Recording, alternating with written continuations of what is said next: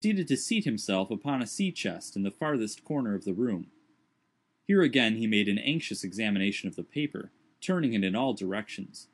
He said nothing, however, and his conduct greatly astonished me, yet I thought it prudent not to exacerbate the growing moodiness of his temper by any comment. Presently he took from his coat pocket a wallet, placed the paper carefully in it, and deposited both in a writing desk, which he locked.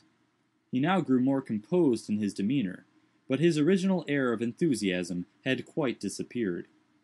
Yet he seemed not so much sulky as abstracted. As the evening wore away he became more and more absorbed in reverie, from which no sallies of mine could arouse him. It had been my intention to pass the night at the hut, as I had frequently done before, but, seeing my host in this mood, I deemed it proper to take leave. He did not press me to remain, but, as I departed, he shook my hand with even more than his usual cordiality.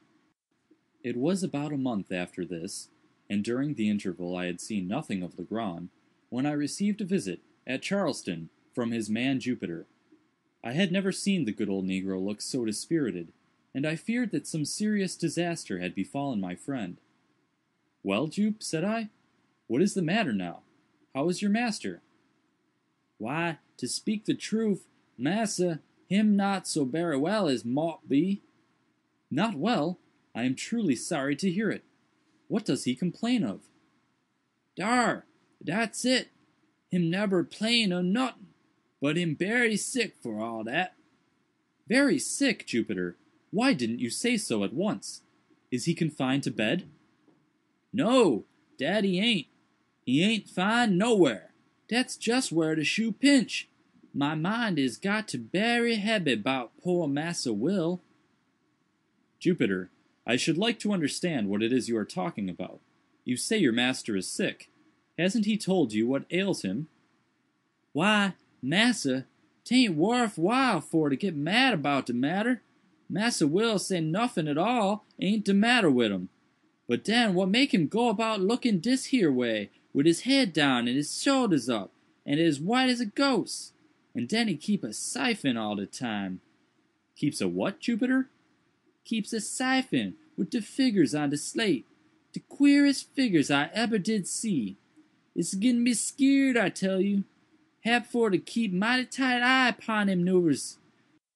T'other day he give me the slip for de sun up, and was gone de whole ob de blessed day. I had a big stick ready cut for to give him deuced good beating when he did come, but I's is such a fool that I hadn't de heart after all.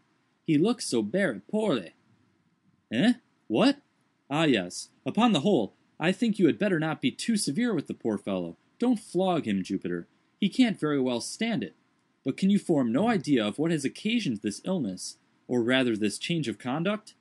Has anything unpleasant happened since I saw you?" "No, massa, dey ain't been nuffin unpleasant since den. 'Twas 'fore den, I'm feared.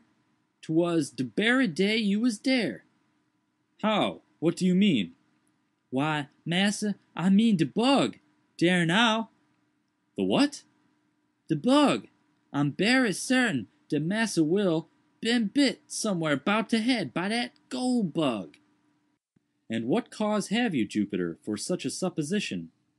"Claws enough, massa, and mouth too. I neber did see such a deuced bug. He kick and he bite ebery ting what come near him. Massa Will catch him first, but he had for to let him go 'gin mighty quick, I tell you. Den was de time he must a got to bite. I didn't like de look of de bug mouth myself, nohow, so I wouldn't take hold of him with my finger, but I catch him with a piece of paper dat I found. I wrap him up in de paper and stuff a piece of it in he mouth. Dat was de way." "And you think, then, that your master was really bitten by the beetle, and that the bite made him sick?" "I don't think nuffin 'bout it. I knows it. What make him dream 'bout de gold so much, if 'tain't 'cause he bit by de gold bug? I's heerd 'bout dem gold bugs for dis." "But how do you know he dreams about gold?" "How I know? Why, 'cause he talk about it in his sleep. Dat's how I knows." "Well, Jupe, perhaps you are right. But to what fortunate circumstance am I to attribute the honor of a visit from you today?" "What de matter, massa?" "Did you bring any message from Mr. Legrand?" No, massa, I bring dis here epistle," and here Jupiter handed me a note, which ran thus: "My dear, why have I not seen you for so long a time?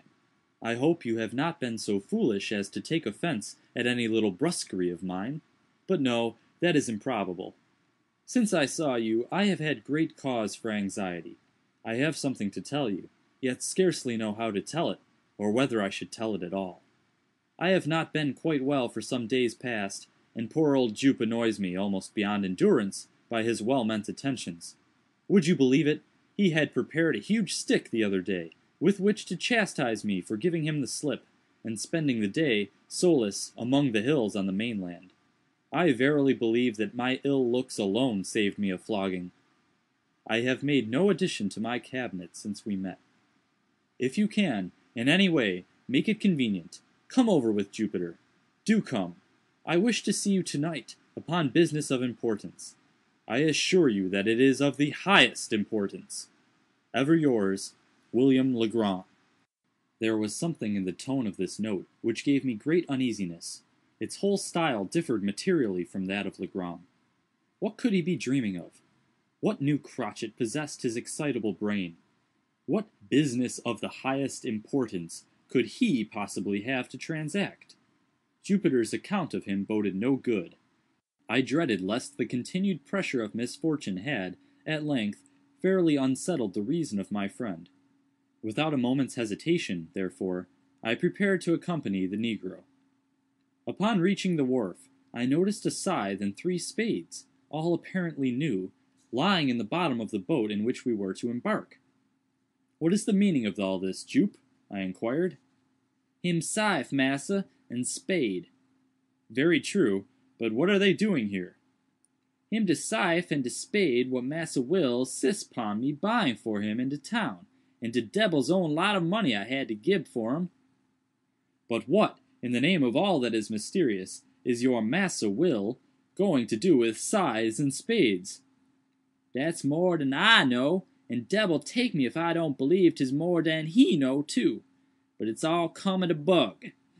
Finding that no satisfaction was to be obtained of Jupiter, whose whole intellect seemed to be absorbed by "de bug," I now stepped into the boat and made sail. With a fair and strong breeze we soon ran into the little cove to the northward of Fort Moultrie, and a walk of some 2 miles brought us to the hut. It was about 3 in the afternoon when we arrived. Legrand had been awaiting us in eager expectation. He grasped my hand with a nervous empressement which alarmed me, and strengthened the suspicions already entertained. His countenance was pale even to ghastliness, and his deep-set eyes glared with unnatural luster. After some inquiries respecting his health, I asked him, not knowing what better to say, if he had yet obtained the scarabæus from Lieutenant G. "Oh, yes," he replied, coloring violently. "I got it from him the next morning. Nothing should tempt me to part with that scarabæus. Do you know that Jupiter is quite right about it?" "In what way?" I asked, with a sad foreboding at heart. "In supposing it to be a bug of real gold." He said this with an air of profound seriousness, and I felt inexpressibly shocked. "This bug is to make my fortune," he continued, with a triumphant smile, "to reinstate me in my family possessions. Is it any wonder, then, that I prize it? Since fortune has thought fit to bestow it upon me, I have only to use it properly, and I shall arrive at the gold of which it is the index. Jupiter, bring me that scarabæus." "What? De bug, massa? I'd rudder not go for trouble dat bug. You must get him for your own self." Hereupon Legrand arose, with a grave and stately air, and brought me the beetle from a glass case in which it was enclosed. It was a beautiful scarabæus, and, at that time, unknown to naturalists, of course a great prize in a scientific point of view. There were 2 round black spots near one extremity of the back, and a long one near the other. The scales were exceedingly hard and glossy, with all the appearance of burnished gold. The weight of the insect was very remarkable, and, taking all things into consideration, I could hardly blame Jupiter for his opinion respecting it. But what to make of Legrand's concordance with that opinion, I could not for the life of me tell. "I sent for you," said he, in a grandiloquent tone, when I had completed my examination of the beetle,